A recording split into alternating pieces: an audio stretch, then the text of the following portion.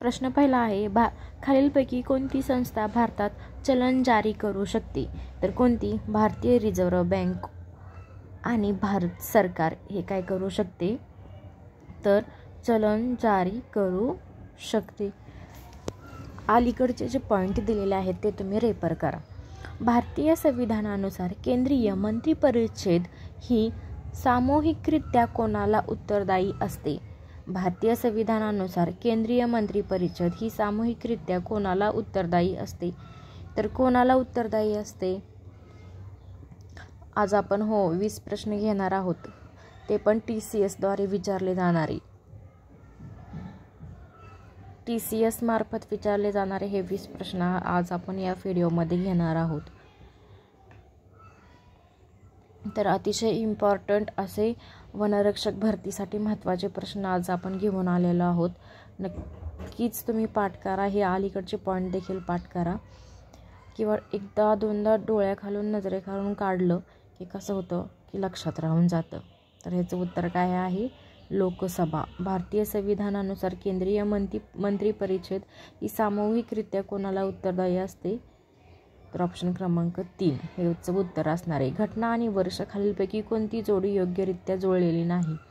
घटना आणि वर्ष याच्यामधली कोणती जोडी योग्यरित्या जुळलेली नाही? तर कोणते? मुस्लिम लीगची स्थापना 1910 ही जी आहे ना ती योग्यरित्या जुळलेली नाही आहे.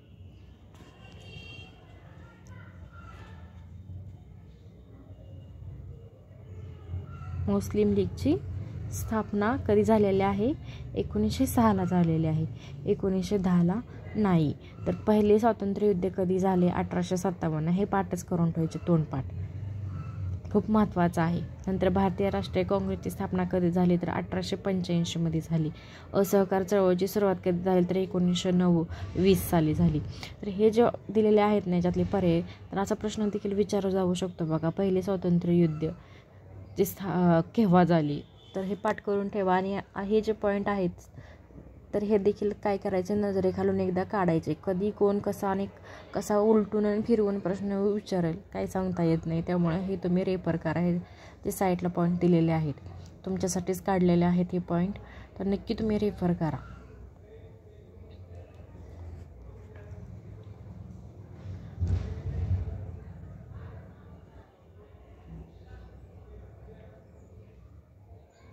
यानंतरचा चौथा प्रश्न आपल्याला भारतीय राष्ट्रीय काँग्रेसची स्थापना हा प्रश्न पडलेला आहे बघा, तो पाठ करा. IMP आहे. पवन ऊर्जा क्षमतेनुसार भारताचे स्थान REN 21 अक्षय ऊर्जा 2022 जागतिक स्थिती REN 21 अहवालानुसार कितवे आहे? तर कितवे आहे हे? पवन ऊर्जा क्षमतेनुसार भारताचे स्थान अक्षय ऊर्जा 2022 जागतिक स्थिती REN 21 अहवालानुसार कितवे आहे? तर 4थे आहे. तर इकडे काय दिलेलं आहे? भारतात 1985 मध्ये गुजरातमधील मांडवी येथे व्यापारी तत्वावर पवन ऊर्जा केंद्र उभारण्यात आले होते. हे आशिया खंडातील पहिले पवन ऊर्जा केंद्र आहे. तर पहिले पवन ऊर्जा कुठे ऊर्जा हा पण प्रश्न येऊ शकतो. तर नक्कीच ते पॉईंट रेफर करा. खालीलपैकी कोणते भारताच्या प्रमुख भौतिक वैशिष्ट्यांपैकी एक नाही? खालीलपैकी कोणते भारताच्या प्रमुख भौतिक वैशिष्ट्यांपैकी एक नाही? तर काय? तर खालीलपैकी दक्षिणेकडील मैदाने हे जे काय आहे ते भारताच्या प्रमुख भौतिक वैशिष्ट्यांपैकी काय आहे? एक नाही आहे. तर दक्षिणेकडील मैदाने भारताच्या प्रमुख वैशिष्ट्यांपैकी एक भाग येत नाही. भौगोलिकदृष्ट्या भारताचे उत्तर भारतीय पर्वतीय प्रदेश, उत्तर भारतीय मैदानी प्रदेश, समुद्रीय पठार, द्वीपकल्पीय पठार, भारतीय बेटे असे प्रादेशिक विभाग पडतात. भारतामध्ये भौगोलिकदृष्ट्या भारतीय भूपट्ट्यांचा मोठा भाग आहे जो इंडो ऑस्ट्रेलियन भूपट्टाचा एक तुकडा आहे.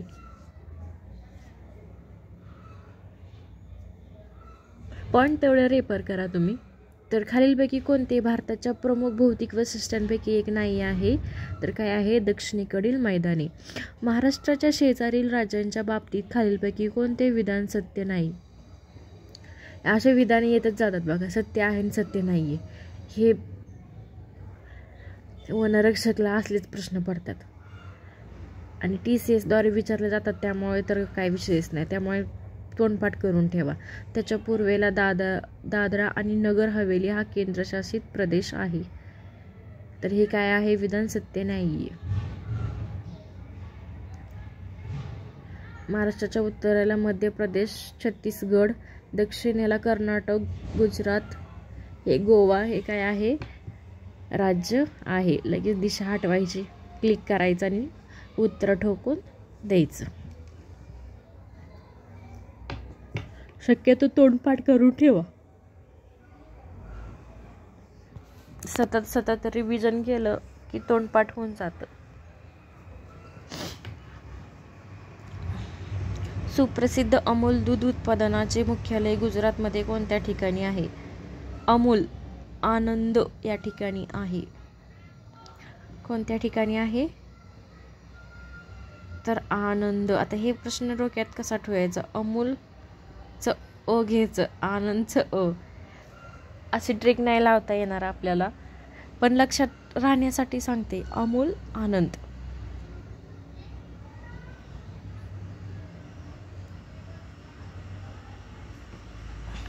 महाराष्ट्राच्या धुळे जिल्ह्यातील 1857चा उठाव हा भारताच्या नैऋत्य पट्ट्यातील डॅश डॅश गटांच्या सहभागी साक्ष देतो.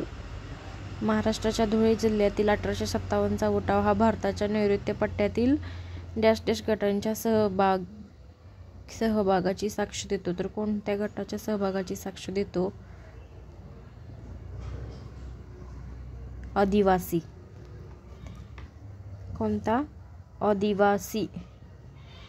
धुळे जिल्हा. हे पॉईंट तुम्ही रेफर करा बघा. फक्त हा प्रश्न नीट पाठ करून ठेवा की महाराष्ट्राच्या धुळे जिल्ह्यातील 1857चा उठाव. तर इथं दोन तीन प्रश्न तयार होतात. 1857चा उठाव.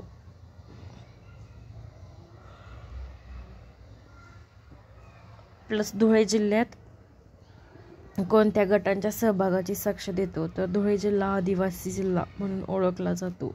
हे देखील प्रश्न असा येऊ शकतो. तर धुळे जिल्ह्यात काय लक्षात ठेवायचं? 1857चा उठाव आणि आदिवासी जमात. बस एवढंच लक्षात ठेवायचं आणि पलीकडचे पॉईंट काय करायचे? रेफर करायचे.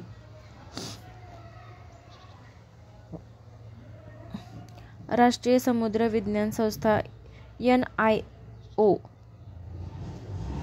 चे मुख्यालय कोणत्या ठिकाणी स्थित आहे? राष्ट्रीय समुद्र विज्ञान संस्था NIO चे मुख्यालय कोणत्या ठिकाणी स्थित आहे? NIO चे मुख्यालय कोणत्या ठिकाणी स्थित आहे? तर गोवा या ठिकाणी काय आहे? NIO चे काय आहे? मुख्यालय आहे. कोणत्या ठिकाणी? NIO चे मुख्यालय कोणत्या ठिकाणी आहे? तर NIO चे मुख्यालय गोवा या ठिकाणी आहे. अंगामी ही डॅश डॅश राज्यात आढळणारी एक महत्त्वाची जमात आहे. अंगामी नागालँड या राज्यात आढळणारी काय आहे? एक महत्त्वाची जमात आहे. नीट लक्षात ठेवायचं. अंगामी ही नागालँड या राज्यात आढळणारी एक महत्त्वाची जमात आहे.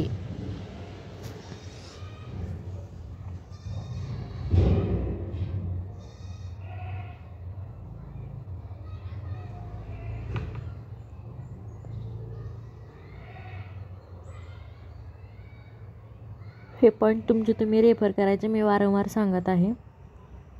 एवढंच फक्त प्रश्न लक्षात ठेवा की अंगामी हे डॅश डॅश राज्यात आढळणारी एक महत्त्वाची जमात आहे. तर नागालँड. आणि भारतामध्ये कोणतं आहे? तर लोकनृत्य. हे पण विचारलं होतं बघा TCSद्वारे पाठीमागील झालेल्या प्रश्नामध्ये 2024ला. भारतात कोणते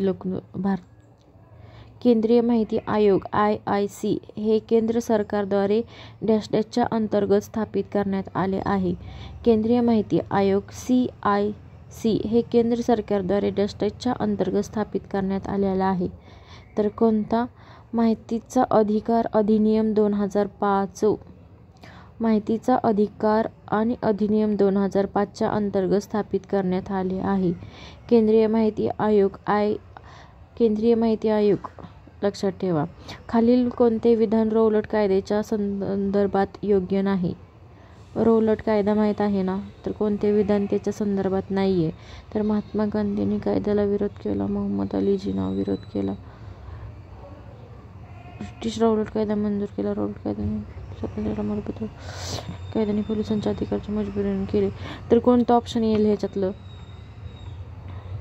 तर महात्मा गांधींनी या कायद्याला विरोध केला, पण मोहम्मद अली जिन्ना यांनी विरोध केला नाही. हे ह्याचं उत्तर योग्य असेल. योग्य नसेल, सॉरी. काय प्रश्न आहे? रौलट कायद्याच्या संदर्भात योग्य नाही आहे. तर कोणतं नाही आहे? महात्मा गांधींनी या कायद्याला विरोध केला, पण मोहम्मद अली जिन्ना यांनी विरोध केला नाही. हे ऑप्शन क्रमांक 1 ह्याचा काय असणार आहे? ॲन्सर असणार आहे. रौलट कायद्याने 1919 राजकीय हालचालींवर दडपशाही केली व राजकीय कैद्यांना 2 वर्ष खटल्याशिवाय ताब्यात ठेवण्याची परवानगी दिली.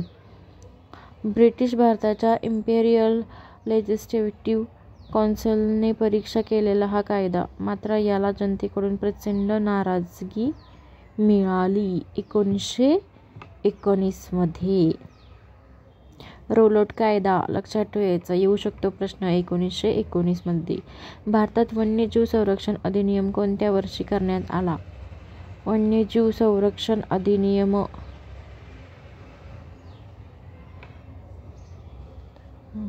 1972 वन्यजीव संरक्षण अधिनियम काय करण्यात आलेला आहे.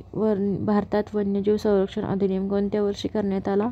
तर 1972 मध्ये भारतामध्ये वन्यजीव संरक्षण अधिनियम करण्यात आलेला आहे. भारतात खारफुटी वनाचे सर्वात जास्त क्षेत्र कोणत्या राज्यामध्ये आढळते?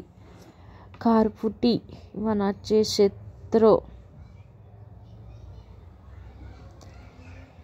तर खारफुटी या वनाचे क्षेत्र पश्चिम बंगालमध्ये जास्त आढळते. खारफुटी वनाचे क्षेत्र पश्चिम बंगाल. खारफुटी वनाचे क्षेत्र पश्चिम बंगाल. खारफुटी वनाचे क्षेत्र पश्चिम बंगाल. असं मी 2-3 वेळा म्हणून पाठ होईल बघा. महाराष्ट्रातील उष्णकटिबंधीय आर्द्र सदाहरित जंगलाची अंदाजे टक्केवारी किती आहे?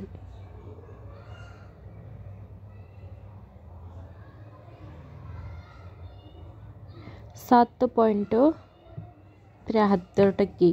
उष्णकटिबंधीय आर्द्र सदाहरित जंगलाची अंदाजे टक्केवारी किती? 7.73.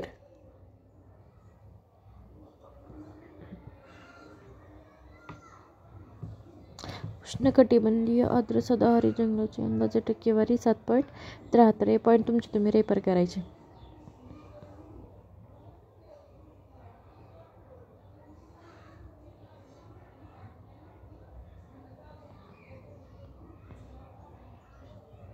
महाराष्ट्रातील खालीलपैकी कोणत्या जिल्ह्यामधील पर्यावरणाचा अभ्यास करण्याचे कार्य गाडगीळ समिती करत होती?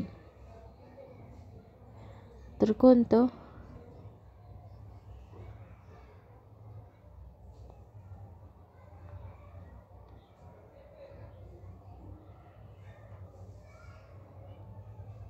सिंधुदुर्ग व रत्नागिरी. ह्या प्रश्नाचं उत्तर असणार आहे. खालीलपैकी कोणत्या जिल्ह्यातील पर्यावरणाचा अभ्यास करण्याचे कार्य गाडगीळ समिती करत होती? तर सिंधुदुर्ग व रत्नागिरी. ज्या ढिगाऱ्याखाली भगवान बुद्धांचे अवशेष दफन करण्यात आले होते ते डॅश म्हणून ओळखले जाते?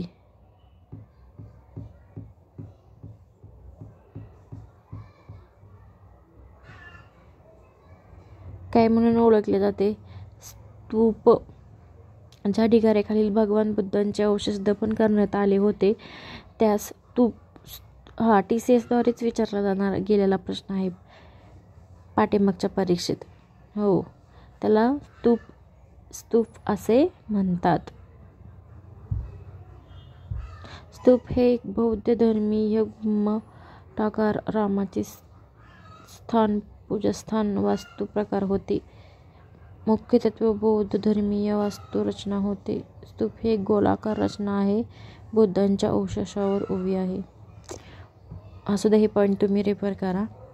तर काय तेवढं लक्षात ठेवायचं, बुद्धांचे अवशेष दफन करण्यात आलेले होते, त्याला स्तूप म्हणतात. भारतीय संविधानातील समानतेच्या हक्कात खालीलपैकी कशाचा समावेश नाही? समानतेच्या हक्कात कशाचा समावेश नाही?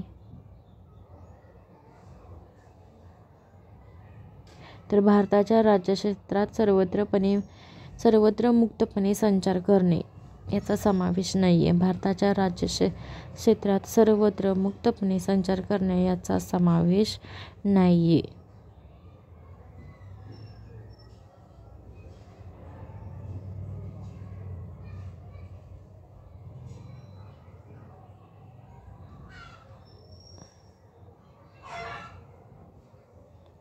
भारतीय संविधानात अनुच्छेद 14-18 मध्ये समानतेचा अधिकार दिला आहे. भारतीय राज्यघटनेने सर्व नागरिकांना समानतेचा अधिकार दिलेला आहे. कायद्यापुढे सर्व समान आहेत आणि धर्म, वंश, जात, लिंग, जन्मस्थान इत्यादी आधारावर कोणालाही भेदभाव केला जाऊ शकत नाही. भारताच्या राज्यक्षेत्रात सर्वत्र मुक्तपणे संचार करणे याचा समानतेच्या हक्कात समावेश करण्यात आला नाही.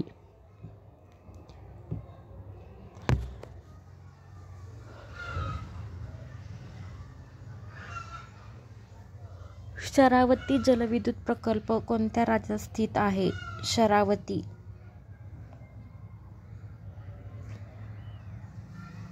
तर शरावती जलविद्युत प्रकल्प कोणत्या राज्यात स्थित आहे? कोणत्या राज्यामध्ये? कर्नाटक या राज्यामध्ये काय आहे? शरावती जलविद्युत प्रकल्प आहे. शेवटचा प्रश्न, महाराष्ट्र वन विभागाचे मुख्यालय खालीलपैकी कोणत्याच ठिकाणी स्थित आहे? महाराष्ट्र वन विभागाचे मुख्यालय नागपूर या ठिकाणी आहे. नीट लक्षात ठेवा, महाराष्ट्र वन विभागाचे मुख्यालय नागपूर या ठिकाणी स्थित आहे. तर असेच आपण रोज नवनवीन 20 प्रश्न घेऊन येणार आहोत वनरक्षक भरतीचे. तर नक्कीच आपल्या चॅनलला लाईक आणि सबस्क्राईब करा, जेणेकरून ज्या वेळेस आपले व्हिडिओ येत जातील ते व्हिडिओ तुमच्यापर्यंत नक्कीच पोहोचतील. तर भेटूया आपण नेक्स्ट व्हिडिओमध्ये. असंच लाईक आणि सबस्क्राईब करत जावा.